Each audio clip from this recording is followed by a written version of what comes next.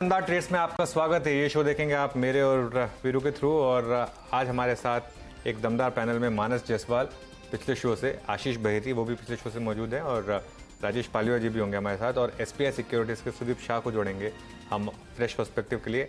Big market voices में आज हम दो बिग मार्केट वॉइसेस आपके लिए लेकर आएंगे। पहले फंडामेंटल्स पर बात होगी, पैसिफिक पैराडाइम एडवाइजर्स की पुनीता कुमार सिन्हा हमारे साथ होंगी, इनसे एक खास बातचीत होगी। और क्योंकि आज मंगलवार है तो केडियानॉमिक्स के फाउंडर सुशील केडिया से उनके बिग एंड बोल्ड कॉल्स लेंगे, और एक रॉकेट ट्रेड उन्होंने प्रॉमिस किया था आज के लिए, वो जानेंगे कि आज की रॉकेट ट्रेड क्या है। बैंक निफ्टी अब ऑल टाइम हाई से सिर्फ 126 पॉइंट दूर, एक मोमेंटम बैंक निफ्टी में अब, और अब क्लियरली 3-4-5 दिन के कंसोलिडेशन के बाद एक मूव आ रहा है। अब ये अटकने का जोन है, यहाँ पे अटकेंगे या नहीं ये फिर देखते हैं, लेकिन अगर वो निकाल दिया 44 152 और 250 तो फिर शानदार मूव आने की तैयारी होगी। लेकिन अभी बाकी स्टॉक पे फोकस कर लेते हैं। अदानी ग्रुप के स्टॉक्स में आज भी मोमेंटम, हालांकि अब कूल ऑफ हुए हैं। 15% वाला अदानी इंटरप्राइजेस अब 9% रह गया, थोड़ा ठीक भी है। लेकिन उसके अलावा आज ब्रॉडर मार्केट में बाहर है MCX, बंधन bank, RBL bank, Shri cement, AU small finance bank, astral, कुछ भी पिक कर लीजिए आप, चोलामंडलम, ब्रिटानिया। उसके अलावा IT स्टॉक्स में एक मोमेंटम कंटिन्यू हुआ, और हालांकि अब हायर लेवल पर थोड़ी सी प्रॉफिट टेकिंग, लेकिन इन्फोसिस में अभी भी वो मूव बरकरार है। जी हाँ, इन्फोसिस में वो मूव अभी बरकरार है। निफ्टी IT हालांकि थोड़ा सा कूलिंग ऑफ हुई है, but still 29,929 well above 200 exponential moving average. और बैंक निफ्टी अपने उस जादुई आंकड़े से अब महज 121 अंक दूर ट्रेड करता हुआ। पैनल आपकी स्क्रीन पे आएगा 10 के दमदार ट्रेड का। मानस जायसवाल, आशीष बहेती, राजेश पालविया और सुदीप शाह, ये 4 मेहमान आपकी स्क्रीन पे। और पहले एक काम करते हैं, ट्रेड पिक करते हैं और फ्रेश प्रोस्पेक्टिव लेते हैं सुदीप से। अच्छा अभी सुदीप नहीं, माफ कीजिएगा, पहले एक प्रोस्पेक्टिव लेते हैं राजेश पालवी जी से। राजेश जी, क्या फीलिंग आ रही है निफ्टी बैंक को लेकर? इंडेक्स पे एक बहुत स्मॉल डिस्क्रिप्शन आपका व्यू और आपके 2 कन्विक्शन ट्रेड्स। तो निफ्टी बैंक पे वीरेन जी व्यू फर्म है, और हमें लगता है कि ऑल टाइम हाई ट्रेजेक्टरी को हम हो सकता है आज के सेशन में ही टच करते हुए दिखे। जिस तरीके से मोमेंटम बन रहा है यहाँ पे सारे बैंकिंग स्टॉक्स में, हमें लगता है कि हम आज ही ऑल टाइम हाई ट्रेजेक्टरी को टच कर सकते हैं, और ये रैली फिर एक्सटेंड हो सकती है टुवर्ड्स एक्सपायरी वीक है। तो ऑलरेडी हमें लगता है अगर वो लेवल क्रॉस होता है तो एक बड़ा शॉर्ट कवरिंग यहाँ पे प्ले आउट होते हुए दिखेगा। तो व्यू बुलिश है, यहाँ पे भी ट्रेड लिया जा सकता है। बैंक निफ्टी में हमें लगता है 43,900 ये एक छोटा स्टॉप लॉस से लॉन्ग साइड का ट्रेड लिया जा सकता है, और अपसाइड के टारगेट 44,200-250 तक हमें लगता है ड्यूरिंग द डे आते हुए दिख सकते हैं। स्टॉक स्पेसिफिक AU बैंक पे हमारा फोकस है। हमें लगता है AU बैंक में जिस तरीके से एक सस्टेन्ड अपट्रेंड यहाँ पे बन रहा है, ये स्टॉक में मोमेंटम फर्दर एक्सटेंड होगा, और यहाँ पे नेक्स्ट टारगेट जो हमें लगता है आ सकता है AU बैंक का, वो आना चाहिए करीब 795-810 की तरफ। स्टॉप लॉस रखेंगे हम करीब 758 के आसपास। जो दूसरा स्टॉक बाय करना है वो है डिवीज लैब का। काफी स्ट्रॉन्ग मोमेंटम बना है नंबर्स के बाद, और जिस तरीके से स्टॉक में एक लोअर साइड से जो रिकवरी का ट्रेड बन रहा है, एक शॉर्ट कवरिंग यहाँ पे प्ले आउट होते हुए दिख रही है। हमें लगता है डिवीज लैब यहाँ से फर्दर एक्सटेंड करेगा रैली को। 3420, 3440 तक की अपसाइड आते हुए दिख सकती है डिवीज लैब में। टॉप लॉस रखेंगे हम करीब 3290 के आसपास। डिवीज लैब्स में एक अच्छा मोमेंटम इस समय क्लियरली, और कल ये मूव शुरू हुआ, कल हमने स्क्रीन पर इसको प्ले किया, और आज फिर ये एक मोमेंटम वाला काउंटर इस समय, शानदार शानदार मूव आपकी स्क्रीन पर। मानस, गुड मॉर्निंग, आपकी फ्रेश ट्रेड्स इस समय की। गुड मॉर्निंग अनुज जी। देखिए, 2 ऐसे स्टॉक है जिनके बारे में भी ज्यादा बात नहीं हुई है। तो पहला तो ओरेकल फाइनेंशियल्स पे ध्यान दीजिए, क्योंकि ये लगातार करीब 7-8 सेशन से 20-day मूविंग एवरेज के ऊपर ट्रेड कर रहा था, वहां पर लगातार सपोर्ट ले रहा था। आज हमें एक ब्रेकआउट देखने को मिला है, एक प्राइस ब्रेकआउट है, इसलिए यहाँ पर खरीदारी करेंगे। 3573 ये कैश लेवल से 3573 के स्टॉप लॉस खरीदारी करेंगे, और 3650 तक के टारगेट आपको ओरेकल फाइनेंशियल OFSS में देखने को मिल सकते हैं। और दूसरा स्टॉक है IOC का, जहां पर 2 दिन पहले हमने एक हैमर पैटर्न देखा था, कल हमने बाउंस बैक देखा। आज एक फ्रेश ब्रेकआउट हमें 87 रुपए के ऊपर देखने को मिला है। तो IOC में भी खरीदारी करने की राय रहेगी। 86 रुपए 50 पैसे, 86.5 का आपको स्टॉप लॉस लगाना है, और 90 रुपए के टारगेट सेट करते हैं। ओके, सुदीप शाह हमारे साथ जुड़ चुके हैं। सुदीप, गुड मॉर्निंग, आपके 2 conviction ideas, trade ideas. Good morning Veeru. मेरा पहला ट्रेड कन्विक्शन आइडिया है अपोलो टायर।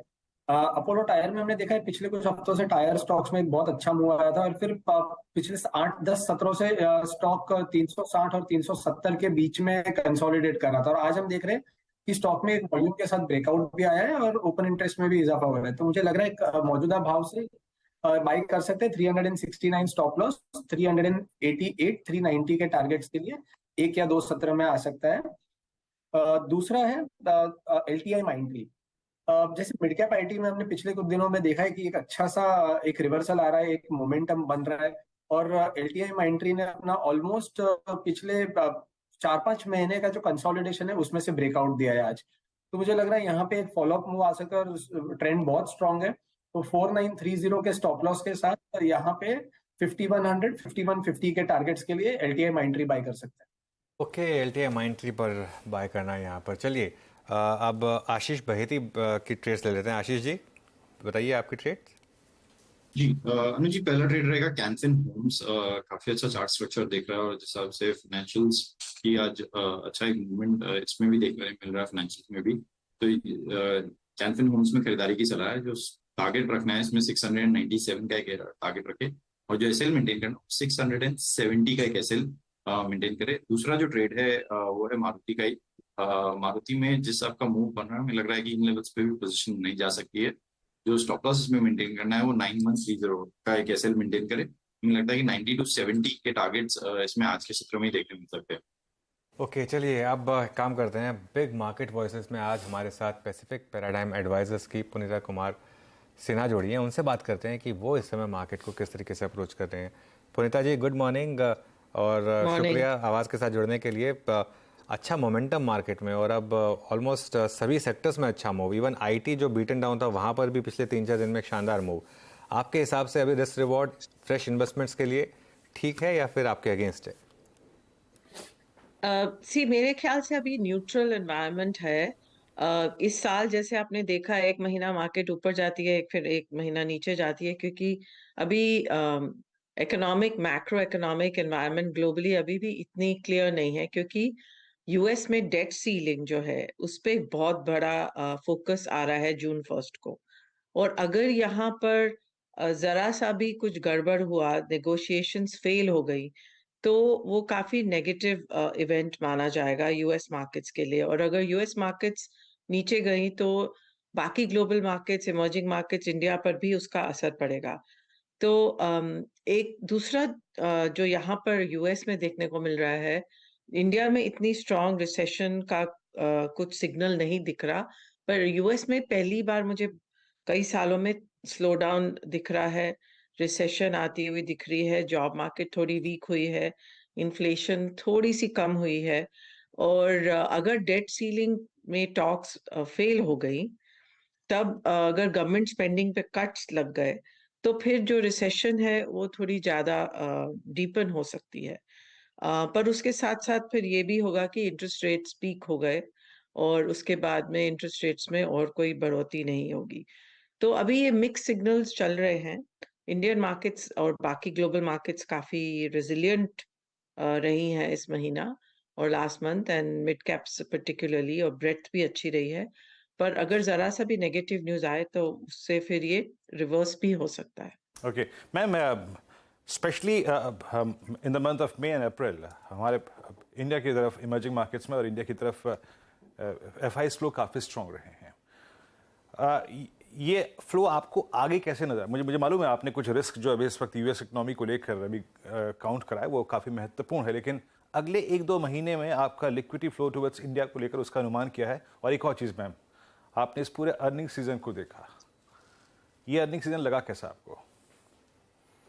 नहीं, अर्निंग सीजन मुझे जनरली अच्छा ही लगा, ठीक लगा, क्योंकि कई सारे कंपनीज में इम्प्रूवमेंट हुई है और कमोडिटी प्राइसेस में भी थोड़ी सी इस क्वार्टर में वीकनेस के कारण जो सेक्टर्स एंड कंपनीज है जिनको इंपोर्ट करने पड़ते हैं रॉ मटेरियल्स, उनको थोड़ा सा फायदा हुआ इस क्वार्टर में as well. In general I think India जो है लॉन्ग टर्म ग्रोथ के बेसिस पे एक काफी इम्पोर्टेंट डेस्टिनेशन है ग्लोबल इकोनॉमी के लिए, क्योंकि चाहे सर्विसेज हो, इंडिया के सर्विसेज एक्सपोर्ट्स बढ़ रहे हैं और साथ साथ इंडिया की मैन्युफैक्चरिंग कैपेबिलिटीज भी बढ़ रही हैं, और डिमांड जो है इंडिया के लिए वो बहुत ज्यादा स्ट्रांग है ग्लोबली। और ये सिर्फ मैं एफआईआई फ्लोज की बात नहीं कर रही हूँ, ये मैं कंपनी स्ट्रेटेजिक्स सब तरह से इंडिया के लिए बहुत स्ट्रांग डिमांड है। चाहे R&D हो, चाहे आउटसोर्सिंग हो, चाहे सर्विस एक्सपोर्ट्स हो, चाहे PLI scheme linked domestic manufacturing हो, इन सभी चीजों पे काफी ग्लोबल फोकस इंडिया की तरफ जा रहा है और इंडिया काफी बेनिफिट कर रहा है चाइना के कारण। तो ये एक स्ट्रॉन्ग ट्रेंड रहेगा। तो इसके साथ साथ एफआईआई फ्लोज भी जनरली स्ट्रांग रहने चाहिए। बस एक वैल्यूएशन डिस्पैरिटी हमेशा बन जाती है जी। कभी इंडिया जो है काफी एक्सपेंसिव लगने लग जाता है बाकी मार्केट्स के कंपैरिजन में, इमर्जिंग मार्केट्स के कंपैरिजन में, तो फिर वो एफआईआई फ्लोज पे थोड़ी दिन के लिए रोक आ जाती है। पर लॉन्ग टर्म ट्रेंड तो इंडिया के लिए स्ट्रांग ही है। पुनीता जी, कंजम्पशन स्टॉक्स में बहुत बड़ी रैली देखी हमने, डिस्क्रिशनरी नॉन डिस्क्रिशनरी दोनों। ऑटोमोबाइल में एक जो आपके नॉर्मल ट्रेडिशनल एफएमसीजी स्टॉक्स हैं वहाँ पर यहाँ क्या व्यू होगा आपको? क्या वैल्यूएशंस अब प्रोहिबिटिव हैं या अभी भी यहाँ पर कंसिडरिंग जो हमारी डेमोग्राफी का एक एडवांटेज मिल रहा है हमको, यहाँ पर अभी भी पोर्टफोलियो पोजीशनिंग की जा सकती है? ऑटोमोबाइल्स में अभी एक पॉजिटिव ट्रेंड ये है कि कमोडिटी प्राइसेस थोड़ी वीक हुई है, इसलिए उनको थोड़ा मार्जिन बेनिफिट लग रहा है और डोमेस्टिक डिमांड भी पिकअप हो रही है। तो वैल्यूएशंस कुछ कंपनीज में ज़्यादा बेहतर है, कई कंपनीज में इतनी अच्छी नहीं है। But I think in general इस सेक्टर को इग्नोर नहीं करना चाहिए अभी। बाकी डिस्क्रेशनरी कंपनीज में भी इंडिया में जो है अभी स्थिति ऐसी कि ब्रेथ मार्केट में काफी स्ट्रांग रहा है। तो इसके साथ साथ में वैल्यूएशन कई कंपनीज की काफी वो हाई हो गई हैं और कई कंपनीज में अभी भी अट्रैक्टिव वैल्यूएशंस है। तो स्टॉक फोकस रहना पड़ेगा। चलिए मैम, आपका मोटे तौर पे इंडियन मार्केट्स को लेकर क्या प्रोस्पेक्टिव है उसका एक गेस तो मेरे को मिल गया।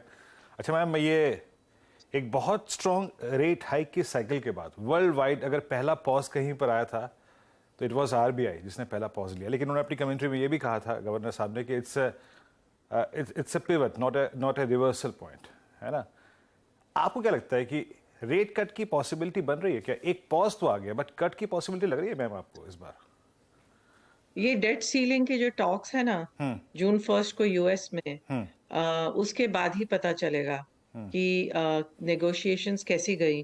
और अगर रेट पॉज आएगा यूएस में तब इंडिया भी शायद फॉलो करेगा। पर ऑफ कोर्स अब देखिए, इंडिया की इन्फ्लेशन इतनी हाई नहीं थी जितनी कि कई और कंट्रीज में हो गई थी, यूएस इन पर्टिकुलर। तो इसलिए आरबीआई ने पहले पॉज इसलिए किया क्योंकि उनको जरूरत नहीं थी और रेट हाइक्स करने की। वेयरएज यूएस में यहाँ पर सप्लाई चेन बॉटलनेक्स के कारण, वेज हाइक्स के कारण, लेबर शॉर्टेजेस के कारण और कई सारे कारण जो कि इंडिया में नहीं है, उसके कारण यहाँ पर जो इन्फ्लेशन है और जो स्थिति थी वहां पर यूएस में रेट हाइक्स की जरूरत थी, पर इंडिया में इतनी और जरूरत नहीं थी, इसलिए ये थोड़ी सी डिस्पैरिटी लगी है। पर अभी ऐसा कुछ इंडिया में ऐसा भी कोई माहौल नहीं बना कि रेट काटने की जरूरत है। ऐसी इन्फ्लेशन इतनी स्ट्रांगली तो नीचे नहीं आई और रिसेशन भी नहीं है।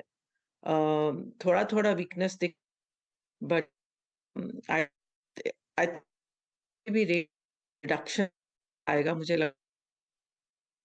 जी, थोड़ा सा टेक्निकल इश्यूज आ रहे हैं, इस चर्चा को यहीं समाप्त करना होगा। आज हमारे साथ जुड़ने के लिए बहुत बहुत शुक्रिया आपका और अपनी बात रखने के लिए। चलिए अब आगे बढ़ते हैं और अब हमारे साथ केडियानॉमिक्स के फाउंडर सुशील केडिया जुड़ गए हैं, जो अपने एक ख़ास अंदाज और बिग एंड बोल्ड कॉल्स के लिए जाने जाते हैं। और सुशील ने इस शो में लगातार कुछ रॉकेट कॉल्स दिए हैं। तो जैसे कहते हैं Sushil, you are victim of your own success. Good morning सबसे पहले तो, और मैंने प्रॉमिस किया कि आज आप एक रॉकेट कॉल लेकर आए हैं, तो पहले उसी से शुरुआत की जाए। बताइए आज की रॉकेट कॉल। देखिए सबसे बड़ा मिसाइल ट्रेड तो आपने खुद दे दिया। मैंने इतने लंबे करियर में बहुत ही कम वित्तीय पत्रकार देखे हैं जो इतनी सारी खबरों में घिरे होने के बावजूद, क्योंकि ये खबरों से क्या माइंड विचलित होता है, इसके बावजूद जिस दृढ़ निश्चितता के साथ बैंक निफ्टी के ऑल टाइम हाई को रीटेस्ट करने का आपका कॉल था वो अद्वितीय है। Thank you. तो ये आपकी नम्रता है कि आप अपना ढोलक नहीं बजाते, तो औरों को बजाना पड़ेगा, पहला मैं बजाता हूँ। अब थैंक यू। तो अब देखिए बाजार में बिल्कुल भी कुछ नहीं बदला, एक्सेप्ट कि अडानी के स्टॉक्स ने बिल्कुल रॉकेट मूव फायर कर दिए अक्रॉस द बोर्ड। पिछली बार जब अदानी के स्टॉक्स में बड़ा रिबाउंड आया था, उनके फ्यूचर्स के स्टॉक सबसे ज्यादा उछले थे और कैश वाले स्टॉक्स बिल्कुल वही मृत अवस्था में पड़े रह गए थे। पर शुक्रवार से जो अक्रॉस द बोर्ड रिवर्सल उनमें आया, मार्केट ने एंटिसिपेट किया होगा सुप्रीम कोर्ट से कि एक्सपर्ट कमेटी से क्लीन चिट मिलेगी, तो जितने भी बी ग्रुप वाले स्टॉक है वो सारे सर्किट टू सर्किट चलने लग गए। और ये ए ग्रुप वाले Adani enterprises, Adani ports, even ACC में भी अच्छी खासी बढ़त अभी रहेगी। तो ये एक अपने आप में जो पूरा सेक्टर है, इसने आज निफ्टी को वापस से जीवित कर दिया है। ठीक है, हम निफ्टी बैंक निफ्टी पे 2 मिनट बाद आएंगे। पर जहां तक रही रॉकेट कॉल की बात, तो देखिए अडानी समूह में अब वो आ चुका है स्टॉक एनडीटीवी। अब ये चल रहा है सर्किट टू सर्किट, तो क्या कर सकते हैं, मैं आपको इसकी चार्ट दिखाता हूं, एनडीटीवी की चार्ट। हमें ये स्टॉक लगता है कि कम से कम ये 315-20 तक तो बिना रुके ही चला जाएगा। और यहां से लेके 315-20 तक की चाल के बाद जो हमें नए पैटर्न्स मिलेंगे, उस पर हम डिसाइड करेंगे कि हमें ये 400 450 का स्टॉक लगता है, या फिर ये अगले 2 साल के लिए एक ऐसी नई ऑर्बिट में चला गया कि 1200 1500 का भाव हो जाएगा। कोई आश्चर्य नहीं होना चाहिए किसी को, पिछली बार देखिए 578 तक गया था। और ये चार्ट जिस तरह से चलती जा रही है इसकी, आप अगर इसको लॉग स्केल पे जाके देखोगे वीकली पे, तो आपको नजर आएगा कि ये कल्पना कोई अनहोनी कल्पना नहीं है कि यहां से लेने वाले व्यक्ति को कोई 1000 1200 तक का भी भाव मिल जाए, क्योंकि ये साइक्लिकल लेवल पर 2020 के बॉटम से 1 2 3 वेव हुई थी और ये करेक्शन 4th वेव है। तो अगर ये 5th वेव अभी स्टार्ट हो गई है तो ठीक, वरना भी ये अगर 550 तक जाके फिर से वापस करंट लेवल पर आए और उसके बाद यहाँ जाए, तो निवेशक को इस भाव में जब भी सर्किट्स खुलते हैं, जैसे उन्हें समझ में आता है, अपना विश्लेषण करें। हम सिर्फ जो रिकमेंडेशंस अपने सब्सक्राइबर्स को देते हैं उसके लिए हमारा उत्तरदायित्व है, अपनी रिसर्च करें और समझ में आता है तो एनडीटीवी अगला बड़ा मिसाइल ट्रेड हो सकता है। पर एनडीटीवी न सिर्फ अडानी समूह की जो पॉजिटिविटी की अभी वेव को राइड कर रहा है, पूरे के पूरे मीडिया सेक्टर के सारे ही स्टॉक्स के अंदर अब एक फाइनल बॉटम जैसा बन गया है। देखिए जैसे पहले हमने रिफाइनरीज पे एक बड़ा कॉल दिया कि सारे रिफाइनरीज के स्टॉक्स भागेंगे, फिर आया आपके एक्सचेंजेस और एएमसीज और ब्रोकरेज स्टॉक्स भागेंगे। तो उसी तरह हमने इस वीकेंड पर मीडिया सेक्टर के सारे स्टॉक्स की एनालिसिस की, और एक भी शेयर, छोटे से छोटा बड़े से बड़ा, अब यहां से घटता नहीं लगता है। तो उसमें अगर मैं उसी तर्ज पे जोड़ूं कि जिसमें बहुत अच्छी स्मूथ चाल मुझे दिखती है, तो ये हिंदुस्तान मीडिया वेंचर्स लिमिटेड अब मुझे लगता है यहाँ से 200 की चाल के लिए निकल पड़ा है। हर पुल बैक में इसको ले सकते हो, 55-56 का प्राइस है, 50 में 48 में जहां भी मिला तो 3-4 बैगर हो गया। अब अगर आप टीवी 18 ब्रॉडकास्टिंग पे भी जाते हो, चार्ट स्मूथ नहीं है, तो यहाँ एक इन्वेस्टमेंट व्यू लेना पड़ेगा, वो टाइट स्टॉप लॉसेस वाली स्ट्रेटेजी से काम नहीं होगा। कन्विक्शन है तो लेके बैठो, ये वापस यहाँ से 30 वाला 100 हो जाएगा तो मुझे कोई बड़ी बात नहीं लगती है। जी टेलीफिल्म्स, इसने बहुत बार धोखे दिए, पर अब आप इसकी लॉन्ग टर्म चार्ट को देखो, ये ए वेव और ये बी वेव बना के, पिछली बार जब इसने एक बड़ी खतरनाक चाल दी थी 400 तक की एक तरफा, तो ये वाली जो चाल, ये देखिए यहाँ पे एकदम से एक महीने के अंदर ये स्टॉक 155 वाला 350 तक चला गया था। मुझे करीब करीब उतनी ही रफ्तार वाली एक और चाल अब यहाँ बनती दिखती है, और वो कॉल ट्रिगर होगा जब ये स्टॉक 190 के ऊपर बंद आ जाएगा तो हम आधा लेंगे, और जब 200 के ऊपर बंद आ जाएंगे तो हम पूरी तरह से इसमें निवेशित हो जाएंगे। तो अब डिश टीवी का स्टॉक आप ले लो, यहाँ इसमें ट्रेडिंग करके कोई जीत नहीं सकेगा, पर यहाँ कोई लेके बैठता है तो 14-15 वाला 30-32 में अगले 3 से 6 महीने में बिक जाएगा, तो मुझे आश्चर्य नहीं होगा। तो across the board media sector के स्टॉक्स, आपको जो अच्छा लगे अपनी रिसर्च से आप लीजिए। अभी पीवीआर आइनॉक्स को देखिए, मीडिया एंड एंटरटेनमेंट में, ठीक है अभी तक ये गिरता जा रहा है, पर जिस दिन इसमें रिवर्सल आ जाएगा, वो रिवर्सल किसी भी टाइम आ सकता है, जब आ जाएगा तब हम हो सकता है अगले वीक आपसे इसको ट्रिगर करेंगे। फिलहाल तो ये गिरता हुआ स्टॉक है, तो जिस दिन इसमें रिवर्सल आ जाएगा, लेटेस्ट डाउन ट्रेंड लाइन के नीचे बंद आ गया, आप करीब करीब समझो ना 1350-60 के ऊपर चल पड़ा ये।